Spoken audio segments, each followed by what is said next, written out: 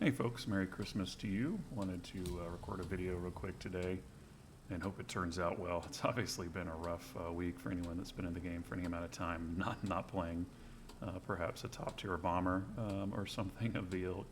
And so I wanted to talk about the possibility of doing consistently well within the game. You know, how do you consistently get your 8,000 points for your candy? You know, what's the best way to do that? And so a couple of pro tips I would have for folks is one, make sure you're hopping tiers. You know, if you run into a group or a flight that's really pushing hard, they're probably pushing hard in a particular set of aircraft. And so making sure that you are not where they are is one good way to maybe have a little bit more success dealing with these things. Of course, my tail would get cracked on the first. And so, you know, don't be afraid to move around, right? To be able to reset where you need to, how you need to get points, and make sure you get that. Those candy is really a good idea. My tail still hasn't repaired yet, so now I'm going to lose a wing on top of it. I think part of this holiday season is the bots are just cracked as well. I mean, I just third crit. The tail finally came back.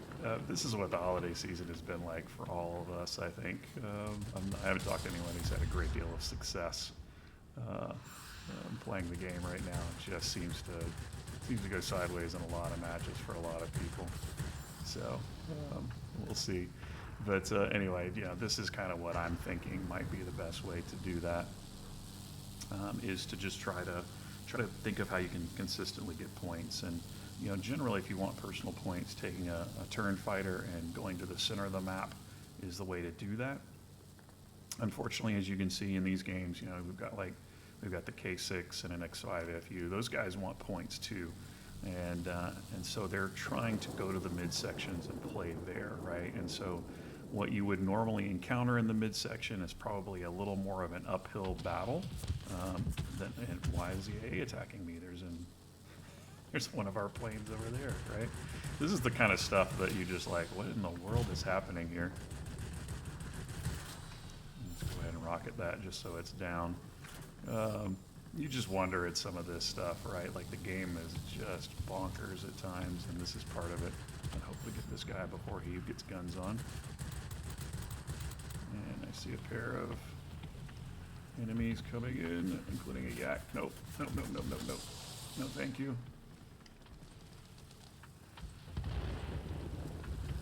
Thankfully, he turned off.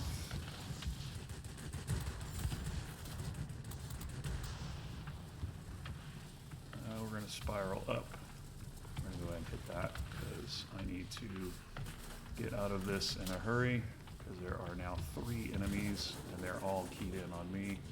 I don't think it's going to make a difference what I do here, but we're going to do our best to get over and around on these guys. If I can kill this one, there we go, that'll clock the zone, which will also remove the air defense aircraft. Try and come under the Z. Okay, goodness gracious. And the 190 comes back in. I was too low energy there to do much of anything, not that the Corsair is all that maneuverable to begin with. But as you can see, we're behind in the game as well. But I've already managed to rack up 3,500 points, and we're going to go and see what else we can do. We can help a little bit over here. Looks like there's a couple of ground targets left we need to be worried about. And maybe we can kill a ground attacker as well. But if we can stall or delay, or maybe reverse the flow of this zone over here, that would be helpful since it's 2-2 right now. There we go, one of our bombers kicked in. I'm just pushing hard boost in as fast as I can. I think my goal is to clean up any loose ground targets. Good, yep. Good. Once we clean up the ground targets, the bombers become less useful. Let's just go ahead and burn those. And then let's clear this IL-8 out.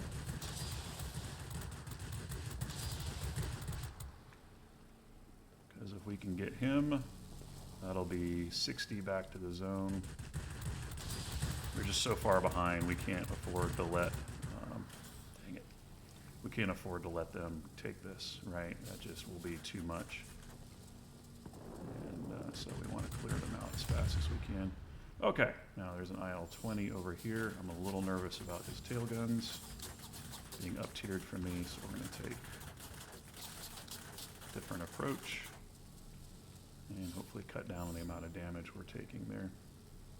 And we're going to do a head-on pass. This will probably be dangerous against a human, but against a bot, it really doesn't matter much. And we're going to loop. Oh, and he's going to take that. Looks like these have respawned. What I'm going to do is try and get this. Oh, not enough. There we go. Okay, okay. We needed that to kind of keep this zone from being flipped. So although we are still behind, it's not as big a deal right now.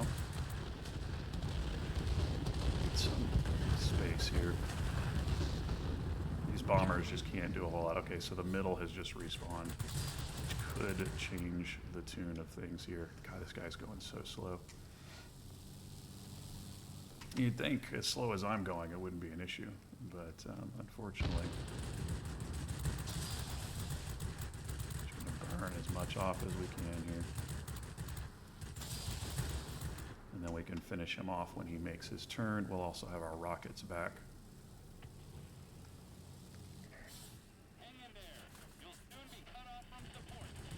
All right, good. There we go. Now then, what's the next closest zone? We might can do a little overrun on the airfield. Dicey, though. Very dicey. We are up 3-1 at this point, so... And it looks like the AL lead's coming back in, so let's chew him up a little before he gets here. All the way over to the airfield. No, he's going the other way. Yeah, interesting. Okay. So both the enemy fighters are over here. So that's going to be interesting as well. But it's worth the risk, I think, to try and get superiority. That's only 40 points on the ground, 35 on the ground. So if we can get this.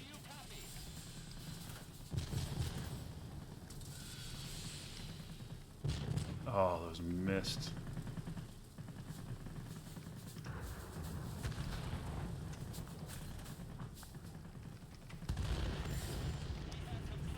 There we go. That was worth it. I'm going to get shot down, but it was worth it. In case you were wondering, yes, the Corsair is generally more maneuverable than the K6, unless he's built for maneuver, in which case we're going to find out what he's made of. Oh, okay, so he's broken off.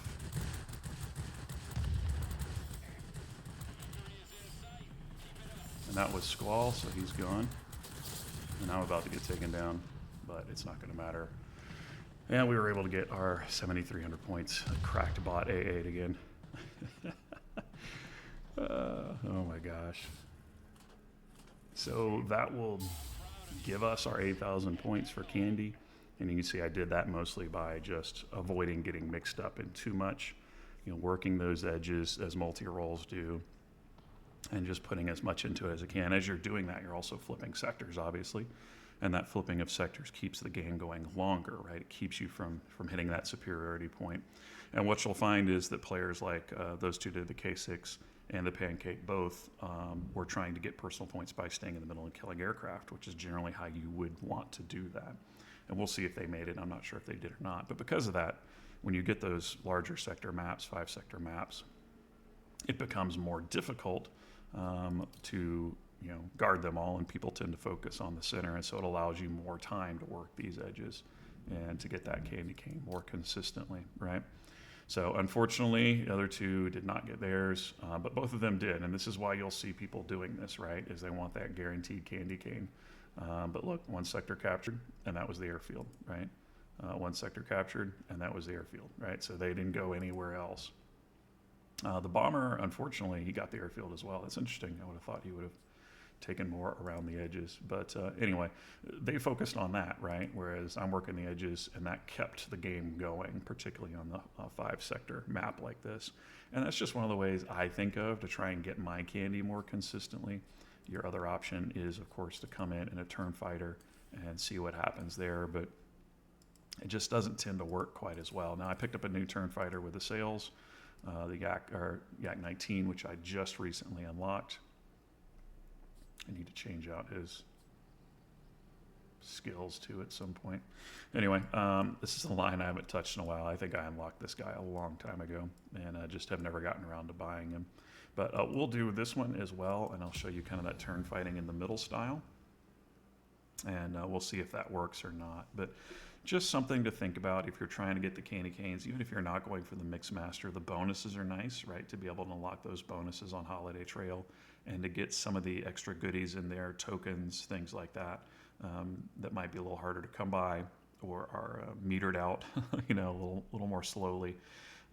It's just a good way to do it. Now, while we're talking about that as well, just a reminder about the winter trials, the different bonuses that come in each day. Tokens was yesterday. Hopefully you got a chance to get in and do that. Today is not a big deal. It's 25 ground targets for hangar spaces. Most people I know are fine on hangar slots, unless you just want to have a copy of every plane in the game. But that also means you need a copy of every pilot for every plane, which is tough to do. So that's not as big a deal. Tomorrow is the big one. If you can play, and I think it's capture 25 sectors, which again, you may want to use multi-roles for that, just to get as many sector captures as you can, flip as many sectors as you can. It's the PV3 with the Randolph pilot. Randolph pilot is Rudolph. I don't know what his name is in the game. Anyway, it's the special Christmas pilot that's very hard to come by. So if you are fortunate enough to have some playtime at Christmas, man, go for it. I'm not sure that's going to happen with me, with being an adult with family and travel and all that jazz. Probably just not going to happen. There's no middle zone here. That's unfortunate. We may go over here and I think capture this one. This is always a tricky map too. If you have suggestions for this map, I would love to hear them. There just doesn't seem to be a consistent strategy for winning on this map that I've found. I've tried forging across the other base. I've tried squatting on an airfield. I've tried squatting on a command center. I've tried just kind of keep two of the zones. It's interesting to me. It seems like it almost comes down to who captures a command center first, right? And this ought to be an interesting match as well. We do have a specialized B-29, but they have an F-2H, so that may be rather rough. We'll see. All right, these guys are climbing, which means I can get in underneath them. Actually, take a shot at him and then come up. I tend to have trouble with the Yaks because I fly them above where they're supposed to be at altitude-wise, which is not as big a deal with jets, but because of the thrust and climb rate, but it is a bigger deal at lower levels, for sure. Okay, we've got inbounds that are red over here. We just captured the zone, so that's all I'm worried about is these guys.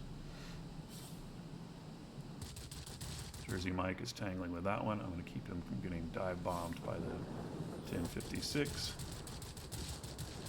And you can see again, we're already up. Oh, he's too far out. I should have been watching the range number there. Now we can take some shots. I'm basically floating up here, but there's no one else that's a threat to me.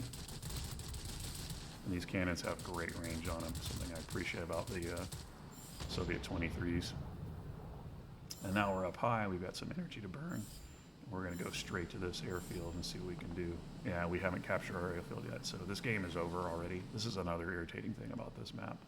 You know, chances of us being able to win now are nil. It's such a large map. The sectors are so spread out that if you have any one person not pulling their weight, and that's what we have right now, the specialized B-29 with 0 points, right? It's problematic.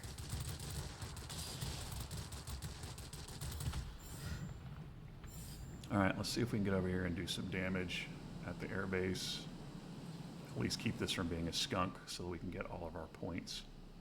Fortunately, at this point, with 1200, we might be okay for getting a candy. I don't know, we'll find out. I just lost my only friendly pilot here, though, so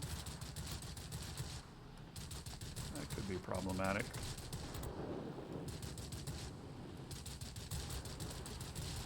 Love the bots de-throttling like that. They're cutting their engine throttle to 0. Yep, I know, I've got more on me. Kind of have to switch targets when you're solo in an airfield like this. Just maneuver, fire, maneuver, fire. Don't try to burn one down and just stick to his tail. You're not going to be able to. You're going to take too much damage if you do that. Turn, make them reacquire. burn some HP off. Turn, reacquire, burn some HP off, right?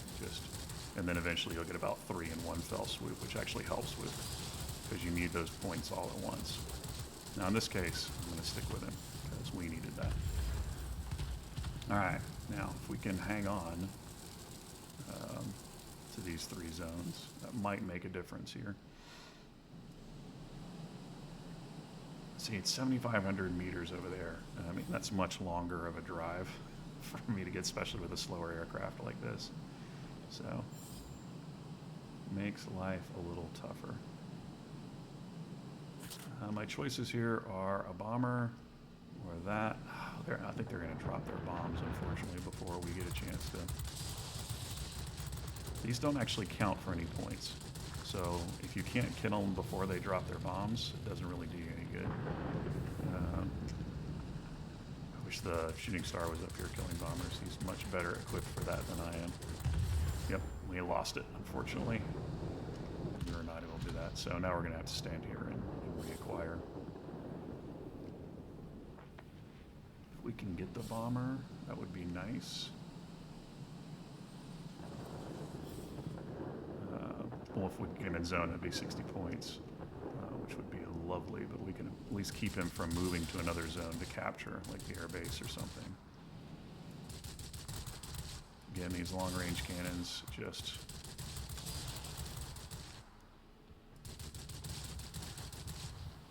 There we go. Our bot's got him. And now we're up high, so we can dive on these aircraft.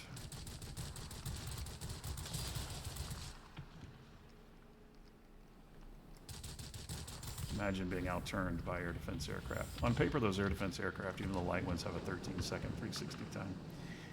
But because of the way the AI feathers their throttle and maneuvers them, they often have a much smaller, tighter window than that for maneuvering.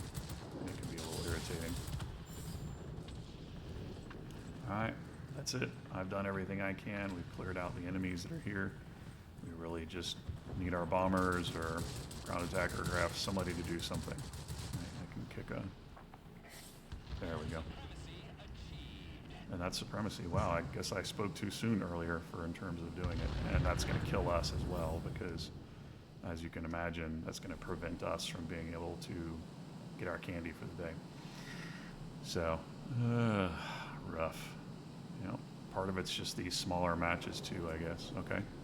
They've stopped the bleeding. We need about 900 more points to really get us where we need to be. I don't want to tango with an enemy vampire and that.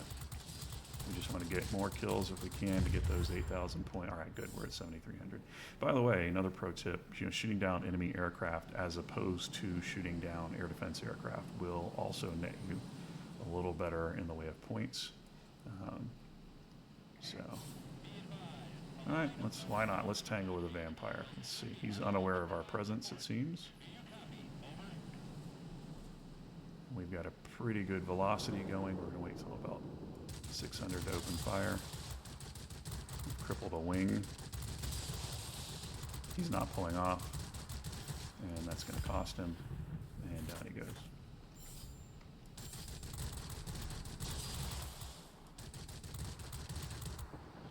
All right, we might get this one as well. There we go.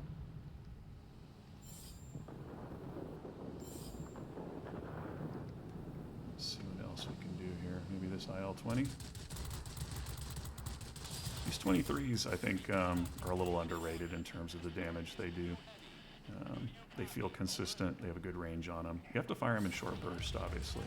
I mean, that's part of the issue. We're at squall line, though, so if I can get this guy down. Holy smokes. I feel like I might have taken some friendly fire there. Yeah, go 600. That's part of the problem with this map, too, I think. It's such a short timer on it. It's kind of crazy. We were fortunate there. If the Vampire had challenged us more, or the F-29, or F-2H, excuse me, had followed our B-29 around. Maybe he did. We'll have to check that in the post stats. But that was interesting. I did not expect that result at all. I'm going to call that my Christmas Eve good fortune, since I'm recording these live. just to see. We'll check though. But again, if you have strategies for that, I'd be interested in hearing them. It seems just like a very frustrating map to play with the distance on it and the way it's set up. So, but this is your other option, I think, is, you know, these turn fighters, you know, and kind of putting that to work for these personal points. I'm not sure it's as consistent, but you can let me know what you think is the best way to guarantee those 8,000 points, you know, to make sure you get candy every match, because you really want to ramp that efficiency up, particularly if you want to, you know, push deep into it. So he was only destroyed once, and it was by the F2H. It's interesting, especially, was it specialized? Yeah. I'm not sure what happened there. Unless this was a pilot who was flying up very high in the sky. Just, again, a reminder for the umpteenth time, if you're in the yellow, everything is debuffed, including the accuracy of your bombs. If you're in the red, it's supremely debuffed.